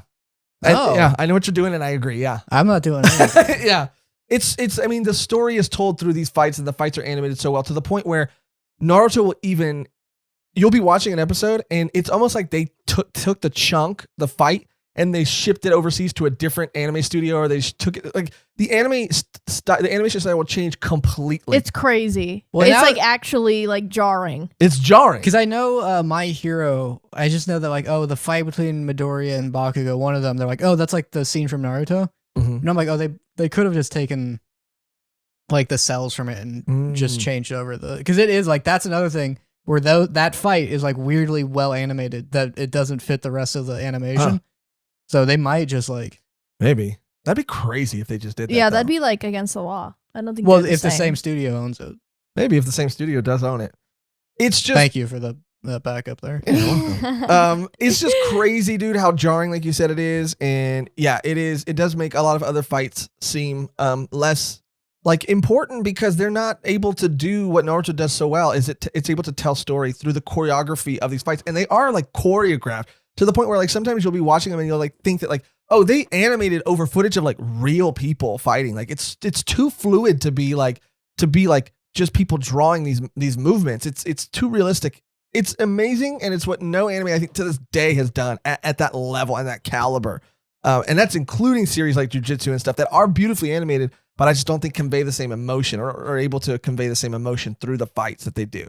But I just didn't want to forget to say that about the fights. But Cody, how did you feel about everything? I think it's better than a lot of shonen I've read. I think it's like if I had to pick, it would still be Bleach. Just because the protagonist doesn't annoy me at all. It would probably be, I don't know, it's like Bleach and Naruto. I'm like, oh, actually those like do hold up. Yeah, other things I'm like, I don't think those hold up at all. Yeah, I liked it. I probably like I wouldn't continue it, but out of like oh yeah, I would have enjoyed this when I was younger. Yeah. But I'm not, so I'm not gonna. Yeah, I have to. You have to. Yeah, I have to. I have to. I have to watch that. I have to watch. It was great. To watch Bleach. I mean, I just feel like a duty. It's almost like a duty. Well, you know who else is like a duty? Josh, like a duty. Oh, Naruto had a duty in this first volume. Yeah. There you go. Yeah, he had a duty. And you laughed at what he said about me, and now what I said about Rhea, dude. Oh my god. What I also think too is that like reading the manga, I think is so much not only just I think better because of pacing, but it is just so much easier and it just goes by so much faster. Like reading what we read felt like it took hours to rewatch that, which I guess it did take hours to rewatch that. But even with Bleach and stuff like that, like, you know, because some of the animation holds up, not all of it does. And so I think reading it, like the art, and that's what's so beautiful about manga as a medium is like the art is timeless sometimes. Like it feels like it hasn't aged. Oh yeah, the art is like, it seems more modern than some art I see now. It's it's really beautiful, and I think like the timeline or the how long like art can stay relevant, I guess, is a lot longer than animation can. So I do think that like for pacing and time and just like, you know, how beautiful the art is, like I think reading Naruto and Bleach are just going to be way easier. Yeah, I'll probably read until the tune-in exams start. Yeah, and then. There are just like, I think even with Bleach too, there are in Naruto, like you're saying, is probably the perfect way to do it. There are fights that you should, once you've read them, watch. Yeah. Yeah. Because they're like, again, like to see them in motion, you're like, wow. I mean, yeah, crazy. Anyway, this has been amazing. This has been great. This is everything I could have ever wanted it to be and more. Thank you guys for taking the time. Everything? Merry Christmas. Merry Christmas. Once a year. Once a year. Merry Christmas. Well, yeah, stay tuned for when it's Cody's birthday and we talk about Venom. So, once a year. Knock, knock with the devil in. Oh, yeah, this kind of technically counts as your... What was your birthday? It was this month, but... you didn't have a choice? No, I mean, I guess this can be... His picks would just be manga. I have to have a birthday one because it's a comic book. Well, I have... You don't have to have one. You just wanted to wait longer. Yeah, I wanted to wait longer. But my birthday's next month. Yeah. I have a birthday wish one because that's the only way I could pressure him into letting it happen. And I think, I think people are going to enjoy it, dude. And I'm going to enjoy it because I'm going to be, I'm going to be doing it for a friend on his birthday. No, you could see him regret agreeing to it the second he agreed to it. And I was That's just not like, true. well, it's a little true. That's not true, dude. But thank you guys for watching. Thank you guys for listening. There's a bug flying around my face and mouth right now. That's crazy. The bug isn't going near us. I could have just ate it. I saw it. You did. I mean, it was good. It was good. I hope you had, because I think this episode is going to come out after the holidays. I hope you had a wonderful holiday. And thank you again for watching and listening. Hokage. Yes. Let us know how you feel about Naruto. Let us know Can if this come it out was, before Christmas? Otherwise, it doesn't work. No, it still works. It'll come out a couple days after. Let us know what you think about the series, where it stands for you, with you, what it meant to you. Were you someone who watched it recently? Did you watch it when you were younger? Is it nostalgic for you? Is it something you still haven't seen? Just your thoughts on it, anything and everything. Let us know. Thank you for being here. Thank you for watching. Thank you for listening. We are not done yet, though. We have to get to our other amazing, wonderful segment, the Wonder's Circle, where we and our beautiful, intelligent AI go through comments that you've left on some of our previous videos. She picks a couple of them out. She reads them aloud to us, and we respond to them. So if you would like one of your comments read in a future Wonder's Circle, then all you got to do is leave a comment on this video or any of our previous videos. But with all that said, Volume 1-chan, our beautiful, wonderful AI, can you hit us with the first comment, please? This one comes from Sawtooth Horse. I'm just here to say that last night I had a dream where I went to a convenience store and Josh was the cashier. I bought some Doritos and paid, but instead of giving it back after scanning it, Josh just stared at me into my eyes, deadpan and unblinking, and opened the bag and ate it while I protested. No matter how much I yelled and tried to grab it back, I just couldn't get past the plexiglass barrier, and he just didn't stop eating. In that moment, I saw true evil in his eyes, the way he stared at me, coldly and unremorseful. I will never forget. Truly terrifying. Also, yeah, Ajin is pretty good. Haven't watched the video yet, but the fight scenes in the series are really good. Yeah, Josh will do that. That's it's so crazy. Sawtooth Horse, like I could clearly see that vision. It was so visceral and so well done. Yeah. You guys could see it? Yes. You guys could see it happening? Yeah, very believable. Very on brand, in character. First of all, why would I be working at the convenience store in the first For place? free chips. Yeah, that's the whole point. That's not how that works. People pay for their chips and you eat them. Yeah, what do you mean, why would you do it? We know why you did it, so you could eat their chips.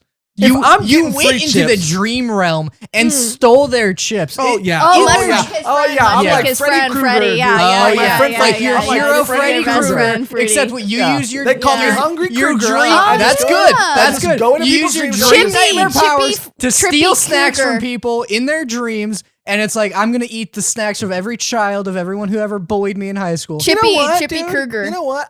Chippy Krueger. I wish. You wish you could I eat wish I could. I wish I could. I wish I could transcend reality, step into the dream world just to take food out of people's You wish you mouths. could do what you just did? That we know and we have on record. We got you in 4K. You entered the dream realm and you stole their Doritos. I can't think of anything more petty than what you did to them. Well, they were good. They were real good, too. Shouldn't have been Cool Ranch. Sawtooth.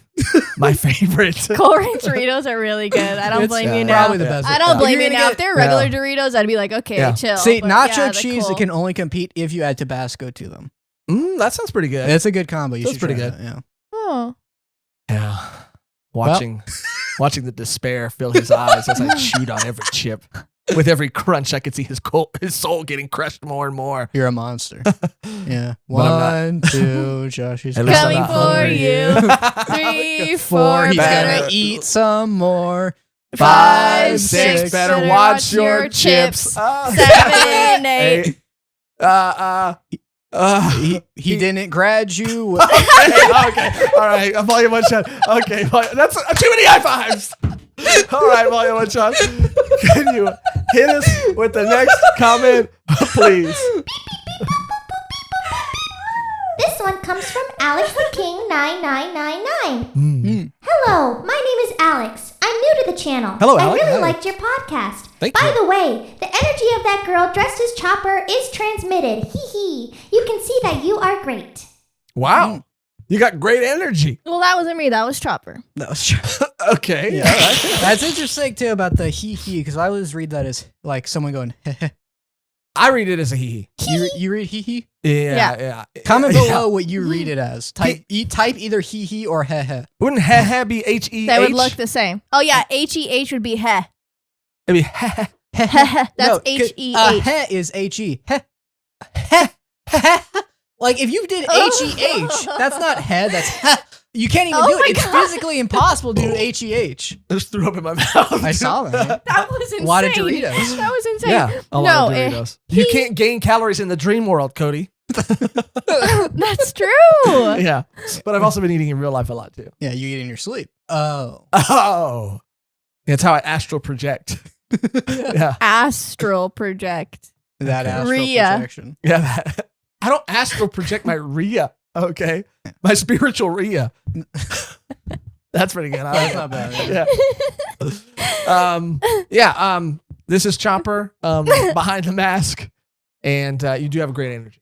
And Thank she's you. matching her sweater with her notebook. I don't know if you guys Oh, color yeah. coordinated. didn't notice that. I only have a couple more pages in this one, guys. Then we gotta start auctioning up your notebooks, dude. Yeah, this is number 6. Wow, crazy. Yeah, I also saw that Alex posted they were doing the classic going through our videos and they commented.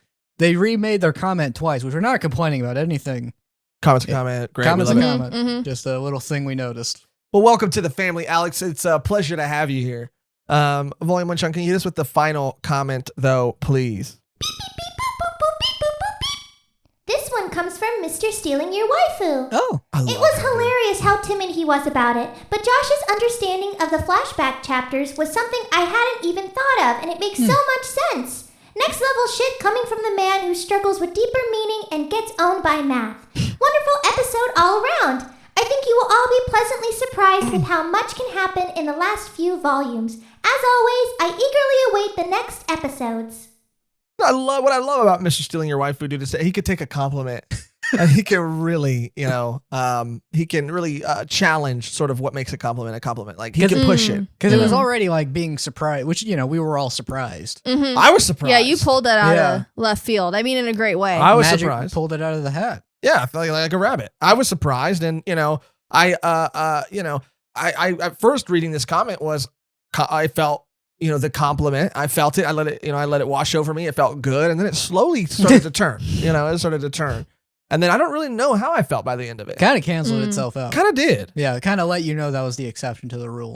That's kind of what he said. Because it really feels like he really hammered in a lot of the negative. He qualified it with a lot of negative things. Yeah, because leaving it at I was surprised by.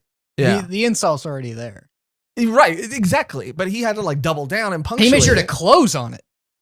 Yeah, and he gave more than one example. He gave 3 examples. But he was right. But I do want to say, dude, Mr. Stealing Your Waifu, I don't know, maybe it's because me and him had had a disagreement.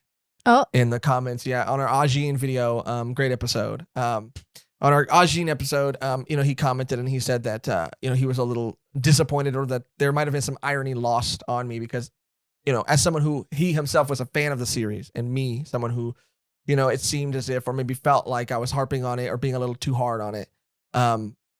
And how basically I had come around to liking Demon Slayer after 19 episodes, but at the same time didn't seem like I had the same sort of desire to give Ajin that much of a second chance. Seemed to really kind of rub him the wrong way. And it happened back to back. Yeah, Mm-hmm. yeah. And I just really wanted to apologize and say that, you know what, dude? I mean, I don't know if you guys feel similarly, but there are just some series that, with Demon Slayer, I guess I was trying to figure out how to articulate it better. But even though there are things about it that are, kind of generic, and there are things about it that aren't necessarily the most amazing thing I've ever seen. There was something about that show and something about that anime that really made me want to finish it. And it's more of a feeling than it is anything. I can't really give you a good reason as to why, but there's just a feeling, and I had that with Demon Slayer, and I didn't have that with Ajin. And I want to say that Mr. Stealing Your Waifu, if it comes highly recommended from you, and if it's something that you really, really, advocate and push for, then because of you, I'm willing to give it a second chance. And what I saw, I'm sorry. That's it. That's all What I saw was they said that a different writer came on That's what I was gonna for say. the second volume. So it's well, that I mean, I don't think that's that common. So I think that does warrant. And I'm gonna check out.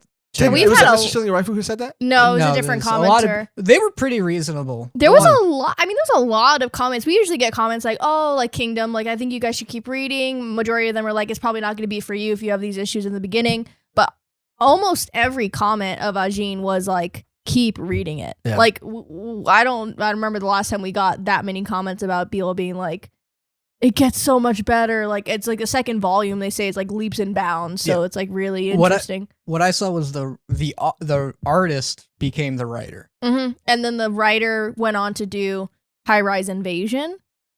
From what I'm understanding, I mean, this is just a comment. I didn't really, we didn't super look into it, but that's what we were told. And it happened around volume 2, right? Yeah, at volume 2, I believe. Really? Yeah. So like right after the first volume, the writer left. So it is like, well, I guess all the writing issues should be handled then, or they're different, or they're going to be different issues. Different style. As just like an experiment. I mean, I think that warrants, I mean, I would love to continue it just based on that. I mean, I would say, though, that if it doesn't capture or pique my personal interest after that, then I think I could more confidently say that it's not a series that it would be into. But yeah, I have the system. It's like, you have the first, I give a manga the first volume to get me to like it. I give a book the first chapter. I give a video game the first level. You give a TV show the first episode. And I've never found, like, there'll be times where like, I didn't like most of it, but I feel this slight urge to continue. And that's what I'm talking about. Yeah. And I think Demon Slayer was kind of like that. Yeah. Where it's just like, you weren't in love with it, but there was that little bit in you that was like, maybe I should. I've never found that doesn't hold like true. Right. Well, yeah, especially like too with like watching new anime, manga, especially, I guess, but anime, like new seasons come out, there's like 25 plus shows, and you're like, okay, I need to go through them and like narrow down like 5 of them that I know I would maybe give a shot to. Watch the first episode. Oh, it's not really for me. Maybe go back once it's completed and then like binge it if I do like it. Like it just really depends. But with manga especially, like if I don't, the first volume is like so important. I mean, it's almost the entire premise of this. What we're doing is it's so people can find it if they want to. Because, it's like in a world where I had nothing else to do, I guess I would give that anime like another 2 seasons to get me to like it. Yeah. But like there's stories that did a great job. And I'm like, it's not that I like when stories impress me that I want to like. But it's also, or even new stories that we have no idea about yet. Yeah. I want to discover new things. So I gave that its chance, and I gave it a fair chance. And, and I'm like, it didn't earn it. I'll go in probably expecting it to be bad, but it's not hard for me to be like, oh, okay, well, I guess it wasn't. So, and even if it's not something that I'm in, right away, draws me in right away. Like there's sometimes that little inkling of something. And in Ajin, I didn't feel like I had that, but volume 2 in a lot of ways is like a second volume 1 in this specific case, because it is a completely different writer, if that is true. Yeah. It's not like that happens like more than twice. Like how often is that the case? Because it's usually just the writer being the mangaka, like being the artist. And if it starts off like, maybe writers will come in later, but that's like after the universe has been established. Yes. But when it like you kind of just started the story and then a new writer comes in like that. Yeah, that's a very unique case. Because it's still at such a early stage that things can be completely changed, completely rewritten, completely go in a different direction. So that is a standout case if that is true. So if and when we look that up and find out that it is true, I would not be opposed to giving it a second chance. Volume redemption. Okay, I'm sorry. Redemption? I'm sorry. That is it for the Warner Circle. Thank you as always for watching and listening. We are almost done. But before we go, we have to thank our wonderful, beautiful, amazing Patreon members. Thank all of you guys for your support. Your support means the world to us. Not only our Patreon members, but our recently joined YouTube members. Thank you as well. You will see them. And I think what makes being a member really cool, even though it is a couple dollars more because of YouTube's cut, is that you do get a little badge, so you'll be able to tell and it's see. So cute. Yes, our YouTube members buy the little VOC badge. So we get to easily see who's a member, which is a cool little touch. And that's really, really cool. And the longer you stay a member, that you'll be able to see that because your badge will change. And if you wanna get the Cody badge, then you have to be a member for the longest amount of time. So you really got to work for that Cody badge, because that's the badge I know everybody wants. True that. Just every now and then someone's gonna be like, I have to stop watching for a bit. But our Patreon members, whether you're a Patreon member or a YouTube member. Wait, what's the first one? What's the first badge? The first badge is me. Ooh. Exactly. People just, I made the least probably sought after one. You get that one the soonest. And then you get Mehgan, and then you get Cody. Wait, what'd you pick for our faces?